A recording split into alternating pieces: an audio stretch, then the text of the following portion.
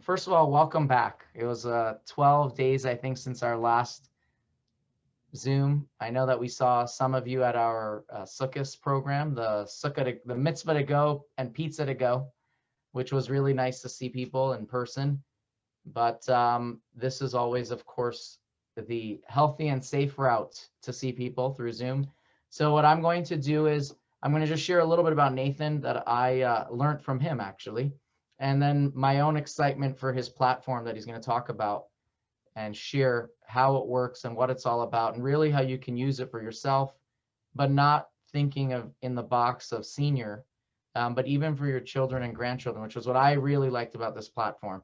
So first, a little bit about Nathan. Nathan is a former attorney.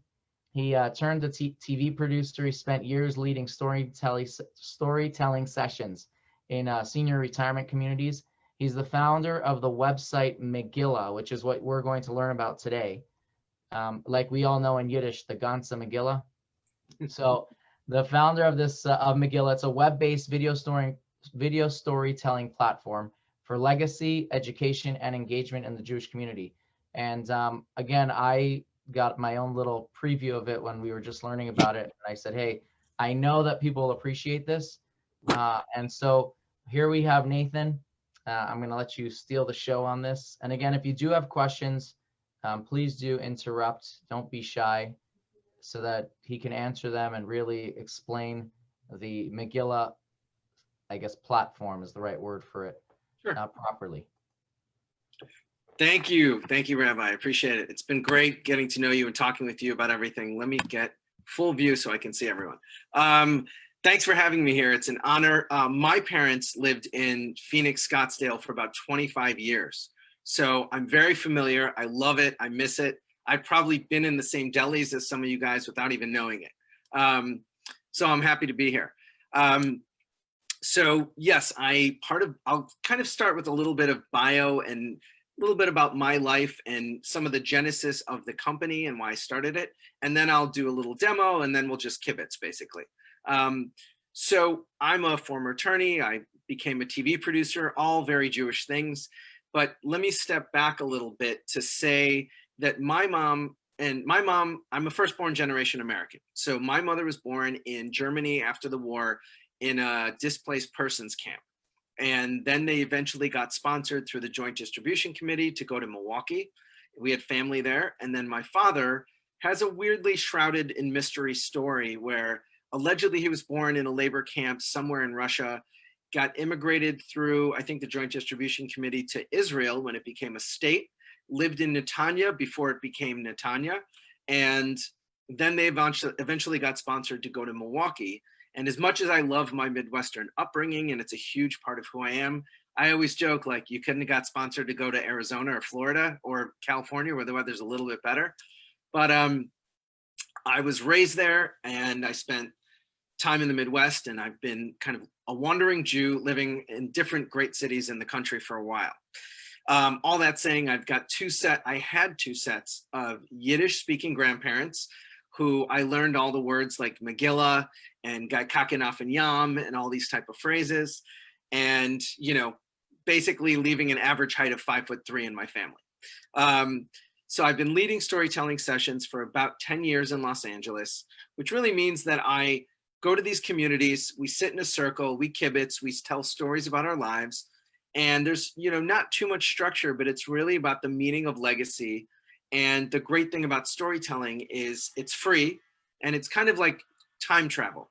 It's the closest thing we can get to time travel, so you can remember who you are, stories about your family, your parents, people that are still in our lives now, and also people that are gone.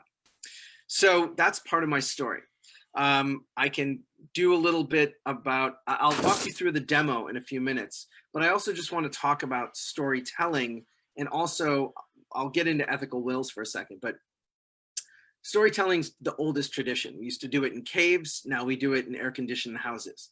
So it's great. It's wonderful. I know a lot of great storytellers. I also know some people like Lorraine and Steve from my classes who go on and on and on about something. So, you know, so storytellers and storytelling is just one of the greatest things. One of my favorite quotes in the world is from a guy, maybe you've heard of him, named Elie Wiesel. he has a quote that says, "Without memory, there is no culture. Without memory, there would be no civilization, no society, no future." And to me, storytelling is the heart of how we preserve our world and how we preserve not only Jews and tradition, but just family stories. So that's kind of part of that. One thing I'll talk about for a second before we get in is, has anybody heard of an ethical will? Raise your hand if you have. Okay. So I'm not an ordained rabbi. So if I speak against anything, I'm not licensed to teach about this. So you can take it up with, with Rabbi Levertov, and you can get your money back from him or file your lawsuits with him. But basically, ethical wills to me is one of the most profound concepts in the world. And to my knowledge, it's a deeply historical Jewish principle. And it really doesn't follow, to my knowledge, halacha, but it's basically about who we are as a people. So I remember when I was first taught about it, somebody said, you've all got a will, or you should have a will, which is basically your valuables, your mutual funds, your horse, your house, the things you're going to bequeath to your family.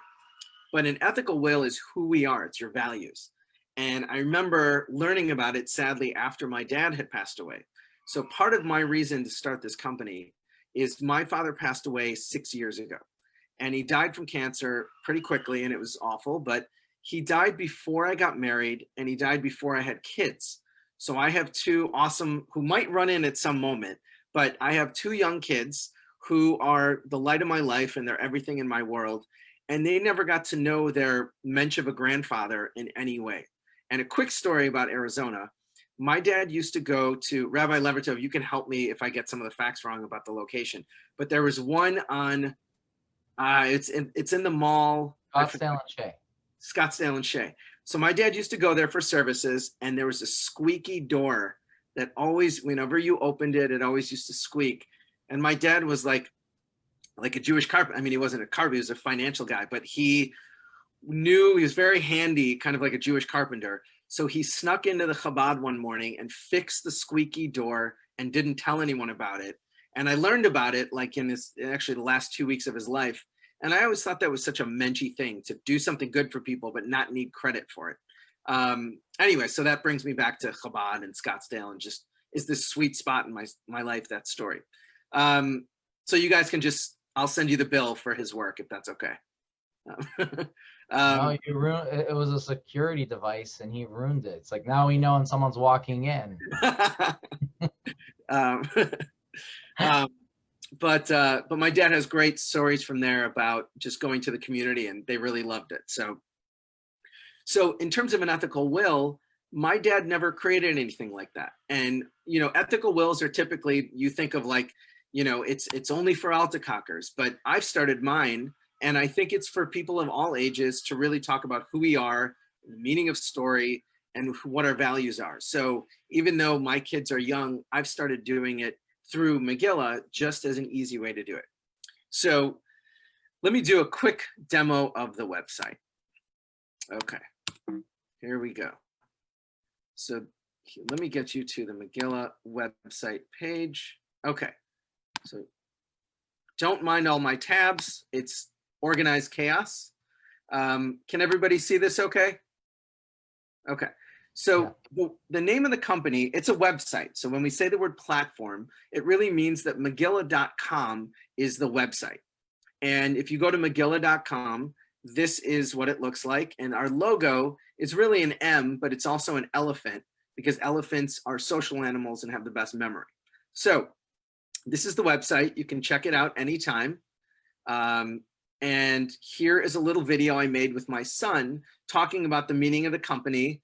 And he's non-union, so I got him for free for just a couple hours. And it basically explains like the company and what it is. And let me walk you through how it works. Internet's a little slow, so one thing I'll say really quick is, does anybody know Facebook here? Raise your hand if you know Facebook. So Megilla is basically Facebook in reverse. So I designed this company for grandparents and older adults and my mother who are not as necessarily comfortable for technology, but I always thought that technology had a problem designing only for young people. So, I take criticism very well. So if you see something that we should change, please let me know. So the design of this site is supposed to be meant for ease of use. So here are right now, about 1,000 questions. So this is our library. So if you click on any of the categories, it looks like this. Here's our table of contents on the left. And here are all these categories where you can talk about your life. You can talk about your childhood. You can talk about growing up. If you're dating, you can go over here. If you want to talk about the pandemic. So let's say we go into childhood. And the way it works is like this. So it works on all devices, tablet, phone, laptop, etc., desktop. And if you see a question that you think is interesting, let's see, did you have any heroes or role models growing up? You can email questions to people as long as they're Megilla members. Also, you can record. So you just press a couple buttons and you press start. And here I am recording right now. So the way it works is you can do it from home. We obviously joke that it's pants optional. And basically every video you can talk, just like you're Zooming right now, you're talking to your screen. The difference is you're recording the story. So every question we have right now is a limit of 3 minutes. Now we'll be extending more time later, but the reason for that is based on years of storytelling experience. I've learned from Steve and Lorraine that stories can go on. And as much as I love my dad, he could have talked about like tuna fish for like 3 weeks. So we got to limit the stories, and it makes us all better storytellers, beginning, middle, and end.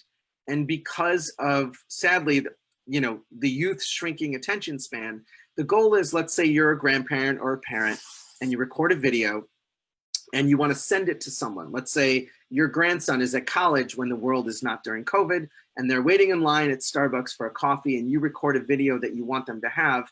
They can go on their Megilla account, or they can share it and they can watch something. And it's likely they'll watch something that's shorter. So when you're done, you press finish and it'll bring you to this screen. So you can start over and you can watch your video again. And then when you save it, it takes a little bit of time because it's video to record or to save, but these are all my videos. So we don't need to go through all my videos, but it tells you what your video is, and you can see what the question is, the date, how long it took to record it. You can share your videos with people, and you can download your videos. And the reason that I mentioned download is that we're not a big bad tech company where we hold your videos hostage. If anyone's seen Shtisel, there's a great scene in there about it.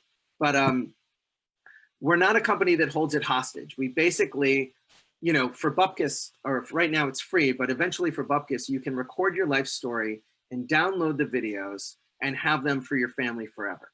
So one thing, eventually we'll be able to take videos and stitch them together, so to speak. But a couple more things I'll walk you through quickly. You can send questions to people. You can also type in a question, how is breakfast, or what is the meaning of life, and send it to people. So when you send questions to people, it looks kind of like this. So these are all the questions people have asked me. When I record my videos, it becomes blue and someone else can watch it. And if I have to do it, then I record video on red. Now here's all the questions I sent people. So for example, this is my mom, and I sent, what is one of your favorite memories with dad? And she hasn't answered it. It's been about 4 or 5 days. So I can nudge her and send her a little nudge. And she'll get a reminder email.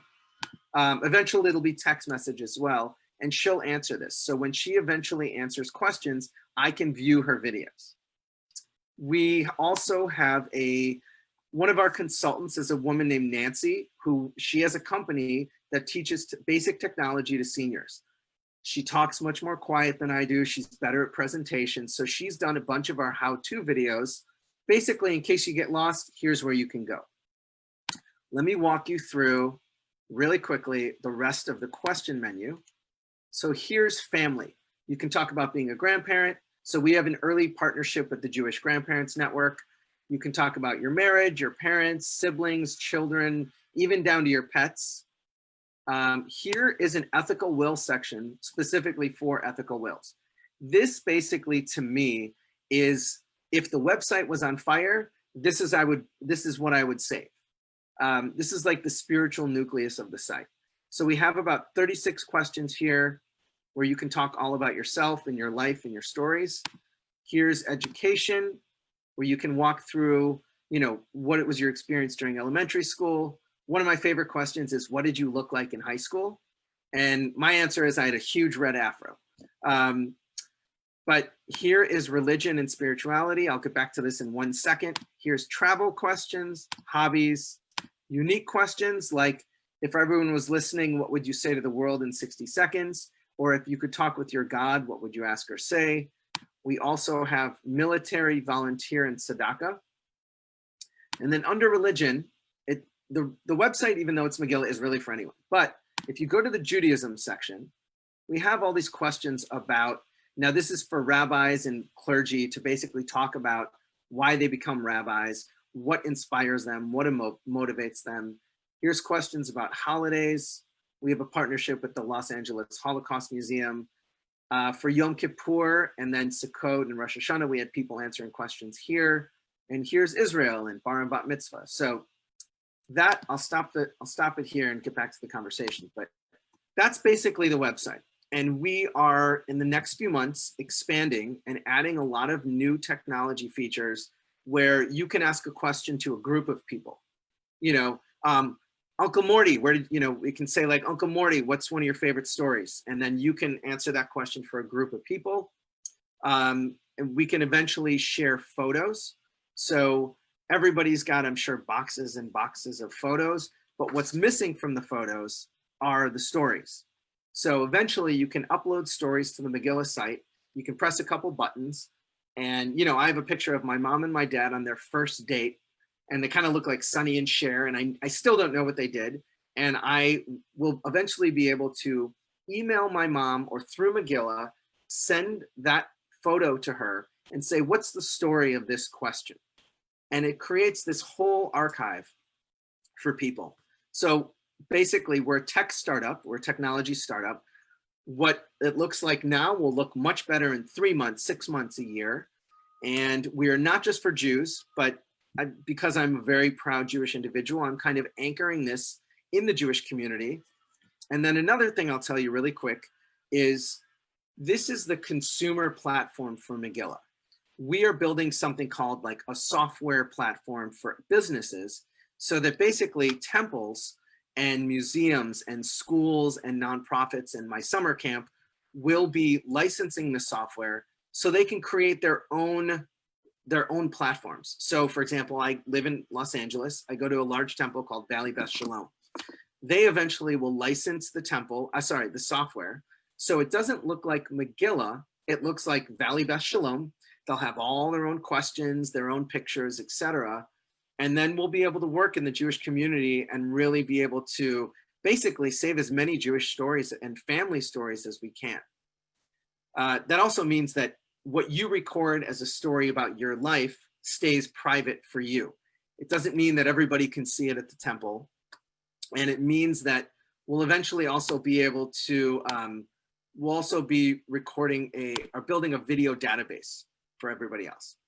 So that's my spiel. Thanks for listening. Like I said, I take criticism very well. So if you have any thoughts, I've got a pen and paper. And if you have any questions, I'm happy to answer. So Nathan, there's already a question in the chat. So right. Does the site allow you to search for items by person who created them? I know you mentioned this isn't a public database, so maybe you can speak about that. And I think her subsequent question, Rena's subsequent question was, how does one create a story and make it private? So is there a public side to this and a private side to that? And I guess that's great question. You're hired. So basically, right now, Megilla exists as a private platform. So let's say my mom goes on and records 100 videos. Nobody knows about those videos except my mother and the community, or me, and the company, or me if I send her a question. The reason we have it that way is because not everybody wants to put everything on Facebook or Instagram, and these are private family stories, so they should be secure and safe. So a couple things. All the videos are stored on Amazon. Has anybody heard of Amazon? So Amazon Web Services is a video, among owning the world, basically, but they, like every bank, the New York Times, CNN, Washington Post, every company basically stores all of their data within Amazon Web Services. Fox News too, I don't want to judge or say anything in any direction. But basically Amazon Web Services is like the preeminent place where people save content. So all your videos are stored there. If eventually what we're building soon is, let's say you record a video and you want to share it to Facebook. We're eventually going to have a Facebook button. Eventually we'll be building family pages where, let's say you want to share a story with your family. You can already share videos, but let's say you want to send it to your, 5 or 6 people, you'll eventually be able to share it in like a community page where people can see it. So we really want to be able to create something that is for families and communities, so you have the option to keep it private, but also share if you want to. So that's part of what we wanted to be able to, if that answers the question. I think so. Rena, if you have any follow-up, just put it in the chat. And I guess to really give a short answer to her question is, it's by default, it's private. I mean, that's and I actually wanted you to touch on something else, because it's something that I like, but I see that Stan has a question afterwards. I really liked when you mentioned about asking, for example, the way it could be the way the synagogues will use it, or even family, where you ask your child a question at the age of 7, the same question at the age of 8, and then you play it at their wedding, for example. I mean, I'm just, but you watch the progression of their thoughts and maturation and all that. I thought that was a pretty cool thing of an idea as well. Yeah. Where they can involve grandchildren in a sense. Absolutely. Thanks for bringing that up. So the idea here is, even though it was built for grandparents and my mother, etc., the idea is that we'll soon be adding, so for families can have packages and families can join together. But the idea is, so my son Isaac is about 3.5, and even though he's got tons of things to say, he might not be answering the questions in full, but let's say he's 6 years old or 5. He can, 2 things. He can go on Megilla and he'll eventually have a kids section. So he'll find the number 5 on Megilla and he'll say, I'm 5. And then as he opens up his Megilla account, which is regulated by parents, so everything's safe, he will have boxes of questions that say, my family, my school, my weekends, who I want to be when I grow up, how I see the world. So as he's 5 years old, let's say, kids can talk for days, so he'll answer all these questions. And then as he turns 6, a new set of questions will come up. So the idea is it kind of ages with you. And then when he eventually gets married, hopefully, before I'm too late, but we can watch his videos. And eventually you can put videos together and make these great, real, kind of really emotional videos. So we'll be adding like very basic editing software. And one thing that we're working on that to me is basically the heart of it is, how do you share questions with people, especially during COVID and, especially post-COVID, the world has changed with video. If some of us live down the street from family, some of us live, across the country, across the world. So if you want to learn about someone, instead of, we're not always together, but we always have these conversations, but how do you send a question to someone? And how do you engage in a meaningful way? So kids, your grandkids can send you questions. Hey, Booby and Zyder, Grandpa and Grandma, or whoever, how did you meet? Or what's your story? Or maybe they want advice and they can send you personal questions. So as much as they can use Megilla questions, you can also create your own questions. So it's personal and customized. So that's part of what we're building as well. I know Stan has a question before we go back to chat questions. Stan, what's your question? I saw somebody, it wasn't my question. I've got my own. But is there a fee to do this? Or how is this supposed to be a money maker for you at some point? And if there is, how do you make money? Sure, of course. I mean, for you, I might charge double, so we'll talk. No, but right now, basically, we launched this at the start of COVID pretty much for free. And one of the reasons we've kept it free for months is a lot of people have lost jobs. A lot of people have lost money. It's a very uncertain time, and we don't want people dipping into their savings necessarily for this. We will start charging eventually on the consumer side, but we want to make sure that, first of all, has anybody ever recorded their life story in any way through a paid service? Well, I did the one that was a tape. I can't remember Rabbi, what is the woman's name? Avi Gutman. Avi. I think, Nathan, I think I told you about that. There was a volunteer from the Santa Barbara. Yes. So, yeah. She does it for free, and I in turn made a donation to Chabad. I mean, that's how I handled it. I think most people probably handled it the same way because you're not paying her. She's doing it as a volunteer. She took a photo at the very beginning, and then the rest of it was an interview. Where was I born?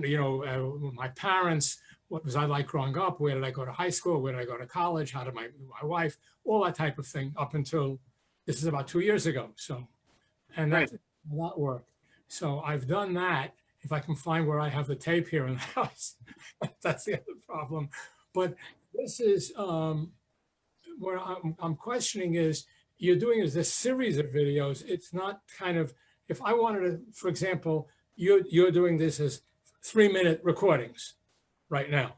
Right. If I wanted to do the whole thing of you or get an idea of an hour's worth, can I just log in and get a full hour? Or do I have to go from one to the other, to the other, to the other? Good question. So there's two things. One, I'll also speak to the money, to the fees in a second. Right now, it's just individual questions. We'll eventually be raising the 3-minute mark. But eventually you'll be able to take, let's say it's always going to be based on individual questions because we think that that's the format that's the best for the future. And just the way that people absorb knowledge and learn and absorb stories. Eventually you could take a bunch of videos and put them together and stitch them together so it's one longer video. Yeah.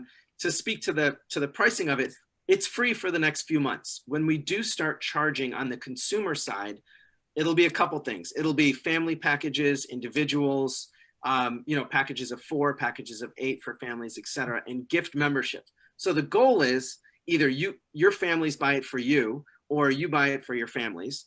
And what we want to charge is anywhere from $36 to $48 a year for it. So relatively bupkis. And the reason we think that that's important is because there's a lot of legacy companies that will charge you a lot of money to come to your house, set up a camera crew, for thousands of dollars, and not everybody can do it. And we think that it shouldn't be fair that your life story should be able to be transmitted to your family and for less money. So we want to be able to scale and be able to afford, we want everybody to be able to afford this. So basically for a few cups of coffee at Starbucks a month, you should be able to tell your life story. That's part of the goal. And then as we work with temples and museums and schools, there will also be membership offerings through that. So that's kind of a different way that it works through a temple. My other question, can you hear me? My other question is, if you're older, do you charge more because it's a longer life? No, but I might need somebody on my accounting team if you're free. We're basically basing it on like annual memberships. So if you're 6 years old or 103, it just depends. We think that family packages will probably be one of the more popular things to do. So families of 4, et cetera, 8, and then you'll be able to add families in. But right now it's free. And so one of the questions also is, I'm not sure if somebody asked it in the chat, access my story. Okay, so let's say that my mom records a bunch of stories. One thing we're gonna, or records a bunch of stories, how do my brother and I get access? Either tomorrow or in 50 years. So one thing we'll be adding under like your account tab, and it's basically we're calling it Trusted Circle. If somebody has a better name, I'm open, but basically it's your beneficiaries. So it's people that, let's say in 50 years, my mother passes away. My brother and I, and let's say she doesn't tell anybody about the videos because let's say she's private. My brother and I can go to Megilla and we can access, and basically my mom will write down under her account, Nathan, my email, my phone number, maybe a story, maybe like a detail about me so that I can verify it. And then we are the trusted circle of my mother. So that we'll be able to just basically verify our identity to the company, and we'll have a whole process for it. And then you'll be able to see the videos and you'll be able to access the videos without a cost. We're not going to charge people to be able to see the videos that they've already paid for. So that's basically what it is. We're always trying to keep it affordable. I have my CFO is always trying to tell me to charge more, but I don't think that that's what's important for society. And I think we've learned, especially through COVID, how hard it is and emotionally challenging to be disconnected from the people we love. And we've all gone through a lot of, questioning our mortality, questioning the fright of going outside, missing the people we love. And the only thing you get at the end of the day are your stories and the love you have for the people in your life. So we want this to be able to be something that all families can have. So Thank you. Thank you. I know that I think you kind of addressed this, but it's in the chat. How does someone access my stories? And if I say a relative can see my story, can that person let others see it? Is there a password to get into the story? And can that be prevented from being passed on to others? In other words, you've given access to one person. How do you make sure that they don't pass on to the next person? Yes, great question. Security is a huge part of it. So basically it'll all be, because they're genetically private accounts, nobody will see your videos unless you share them. That's basically how it works. If you share a video with someone and they download it, it's kind of beyond the company's liability that there's much we can do about it. Once you've downloaded it or once you've shared it, we're assuming that you're sharing it with someone that you love or trust. So they're not going to do anything negligent or damaging with it. At some point, we will allow, it'll either be password protected or in the community pages, let's call it. So let's say my family has a community page. And let's say the question is, what do you miss most about Dad, right? Or Noah was his name. Let's say 10 people record their videos and share. Those videos will live in that world so that it's safe. It's not, we contrast it a lot to Facebook because everything you do on Facebook is genetically public. You go on Facebook, you post about your life, politics, your tuna fish sandwich, knowing that everybody will see it. But Megilla will give you an option to keep things private or share publicly. So that's kind of the goal. Just to jump in, I wonder if you can make it that, because I like that concern. I just did a 1 hour training I have to do it every year for a government email address I have. And one of the things is like, if you download it, you've lost the control over that security, if you want to call it that. Yeah. But you could also make it that they can't download it. They can only watch it online, which is obviously there might be ways to get around that, but not for the standard person. That's absolutely right. Is there something we should know about you with your government identity? Yeah, I'm a chaplain with the police department, so you get a government email. It's one of my alter egos. A good one, a very good one. So does anybody have any questions and or criticism? One more thing that you said that I think people would like here is, I tell this all the time after a funeral, people want to know the stories. You mentioned a great example of your dad. You can create some sort of a page just for people who went to the funeral to share memories where, everyone wants to share their story. I tell people to write an email or send it however they do. But that's another great way of making it for a public group to a degree. Absolutely. Yeah, one thing we really... Oh, no, go ahead. I'm sorry. No, I was going to tell people if they had questions, they should jump in. But yeah, sorry, you were saying. No, one thing that we're very excited about is the family option. We're very excited about this intergenerational component where, grandkids who are on their phones all the time anyway, can start accessing Megilla and sending questions to grandparents and really connecting in ways that are more meaningful. Once we, a lot of times my kids are younger, but I do a lot of market research with parents and especially my friends who are like, instead of sending your kids to watch TV for 20 minutes or an hour and a half before dinner, go record some Megilla videos about your life or send your grandmother, or your grandfather a couple questions. And then it's a really great intergenerational tool where you get the benefit of connecting, the benefit of these stories that are downloadable and they last generations. And it's really just about who we are as people. So that's it. Thank you. Are there any other questions? Oh, Stan, go for it. But unmute yourself. I unmuted myself.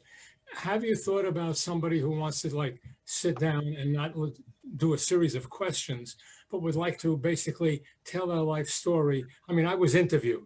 I mean, you can have somebody interviewing, but if I wanted to just sit down and spend an hour discussing my life, or a half hour, whatever, depending on my age, it may take longer or shorter time. But if I wanted to do the whole thing in one shot, as opposed to doing 3-minute increments, because that might make it, and to me, it would be more appealing than sitting and answering questions to do it. But that's personal. Yeah, I mean, we're working on a few different product options. One of the reasons that we have stuck with the question option is it's a great way to kind of, you can eventually search for a question. So as much as I love my dad, if I had 2 hours of video on him, it's tough to sit down and watch that, or might I do that or not? We might just basically extend the question. So we might have free time. So like little increments here and there, you can do it. Stan, I just want to add something. When I had my first meeting with Nathan, he told me that there's actually, obviously we know there's a business out there that does exactly what you're requesting. And he said in California, it goes for like $3,000 and up for video. So this is like a total different alternative where you create it yourself and then you can stitch it together. So I just remembered that, and I was shocked at how much that these companies charge for that, where they're bringing a video crew and everything else. So yeah. Yes. Any other question? Oh, by the way, some of the things that I don't know if I covered the cost at all. Some of the costs, it's free for the next few months.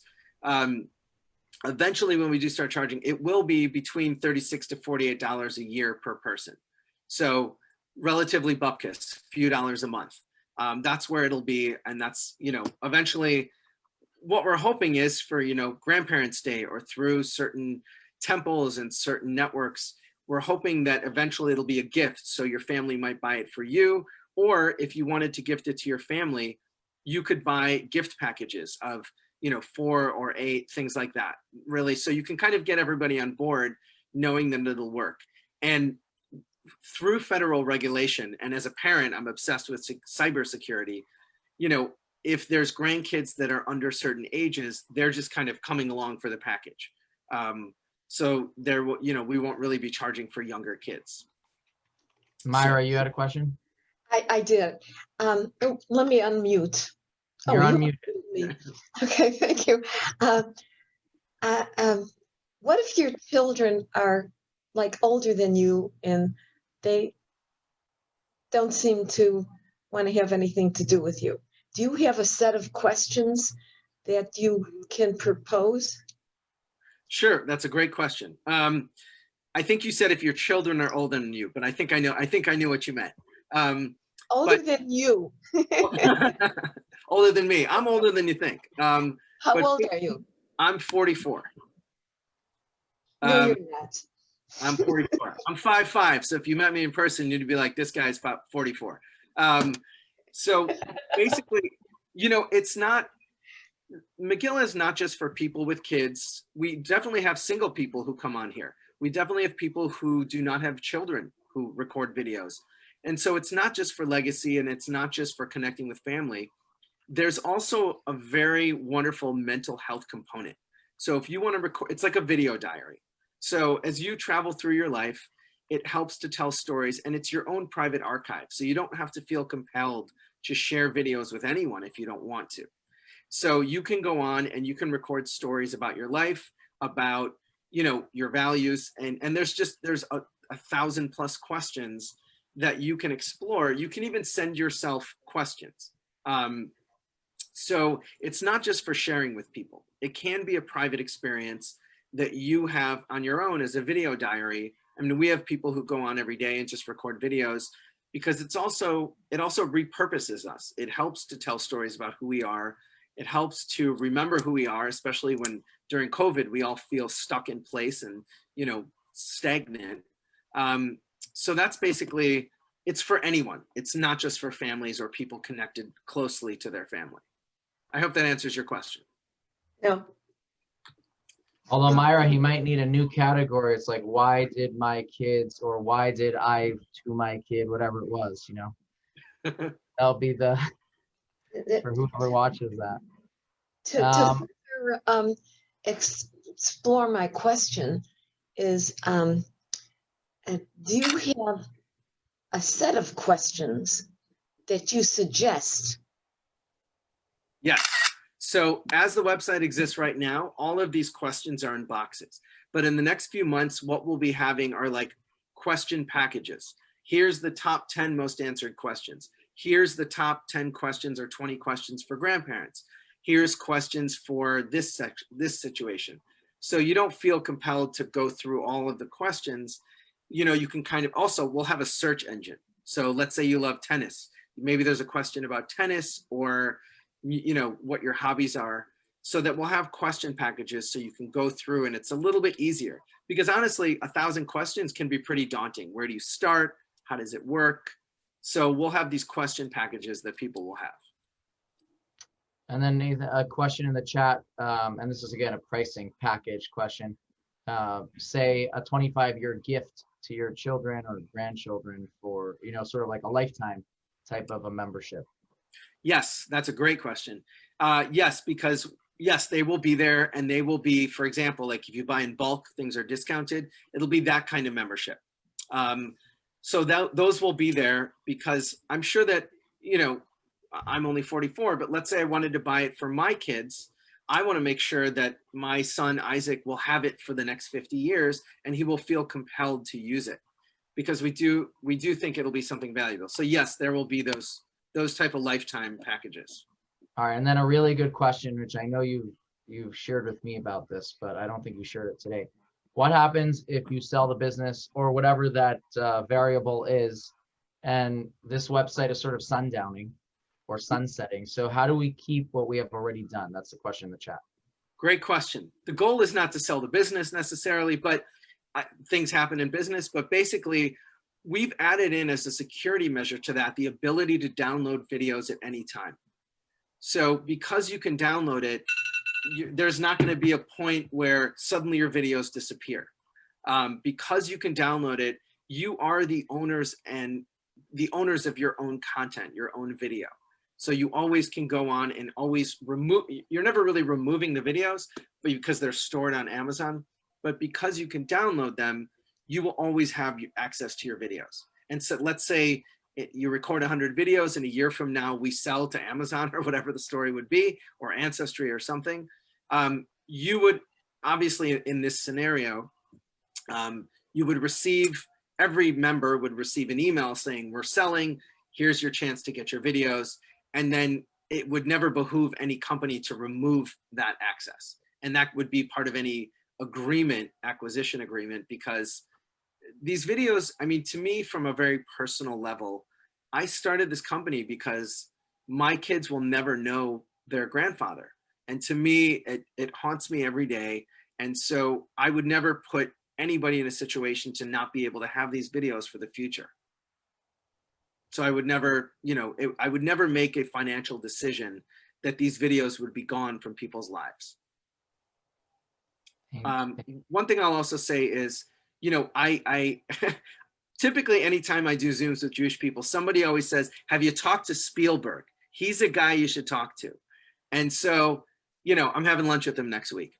I'm not. I wish I was. But basically, yes, he's like, I mean, between Spielberg being Spielberg and his relationship with his mother, he's got this restaurant in LA basically dedicated to her. But I'm forgetting even what it's called, the Shoah Foundation. So we're often compared in the Jewish world to the Shoah Foundation, but what's very different really quick is, you know, that was really just for Holocaust survivors. It was at a moment in time. It was these wonderful and, you know, life-changing in-person videos, interviews that they did, but it's kind of the way it's been done. So we basically wanted to create something that democratizes the video legacy business. So you can do it at home for, you know, for a very little cost, connect with your family, do it in your, you know, pants optional, and it's comfort, and it's built for people to be able to use very easily. So that's really what the whole goal of the company is. Thank you. Any last questions? Don't be shy. Paula, go for it. Yeah, I have a question. don't know whether your family has old family movies, but there are a lot of us of our age that do have family movies or slides. Do you have any way of documenting those? That's a great question. In terms of photos, yes, we will be adding features for that. In terms of old family movies, we're trying to figure out the best solution, because if you're adding videos into an existing video site, it might be, the best option we would be building is adding commentary on video. So it's almost like meta. You'd be telling a story about the video that you're taking. That's one of the options that we're working with. So eventually you'd be able to upload it, things like that. Wow. Does that answer your question, Paula? Yeah. I mean, I know there was a company in LA who used to take donations. They wanted historic movies. And when you look back at our family videos, we have a lot of historic videos of parades in Chicago from the 1950s, which these were historic and good. And that company used to take them as a donation, and they would archive them, and then you would have access to them for supposedly eternity. But now that company's been sold. I don't know where our video movies are. Yeah, somebody asked a question in the chat and about me sharing a video. I'm happy to do that right now. All right, let me just spotlight you. Hold on, because I took up the spotlight. Does everyone see Nathan's screen? Yes. Okay. Takes a minute to upload. So let me see. I answered a couple questions about. Do you have one that you would show of your mom? Sure. Yeah. Let me see.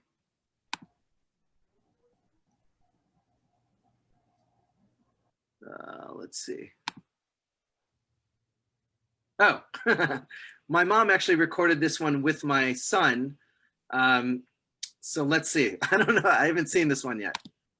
If I had one wish for my family, what do you think that wish would be, Isaac? Present. Present would be very nice, but that's not my wish. My wish would be not to sweat the small stuff.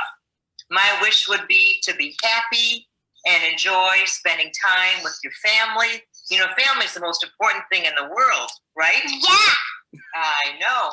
And not to take everything so seriously. To be happy, to make jokes, to go for walks. That is one of the wishes. Okay? Isaac, if you had one wish, what would your wish be? Present. What else? Gummies and shirts, sweets, and How about? And to be very happy, to spend time with our family, right? Okay. If I had one. So That was a that's great example. I forgot about that one. Can I say something? I really enjoyed you.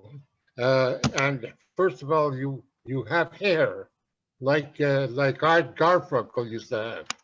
And another thing, is your mother looking? Is my mother what? Looking. Yeah, yes, she is. Are you in the market? No. I'm too old. Yes, we're trying But to. anyways, I really, really enjoyed it. And as soon as I'm off here, I'm going onto the site and see if I can use it. Wonderful. Thank you so much. One thing also is I'm happy to give you my cell phone number and email if any of you have any questions that you want to ask individually. I'm happy to share that. I answer a lot of the questions, so I'm happy to, if anybody wants to take it down. Rabbi, are you okay if I do this? Yeah, I'm going to stop the Facebook stream though for that. But Okay. so I'm going to thank you very much for this presentation. I know that I love it. So I hope everyone else did as well. Thank you.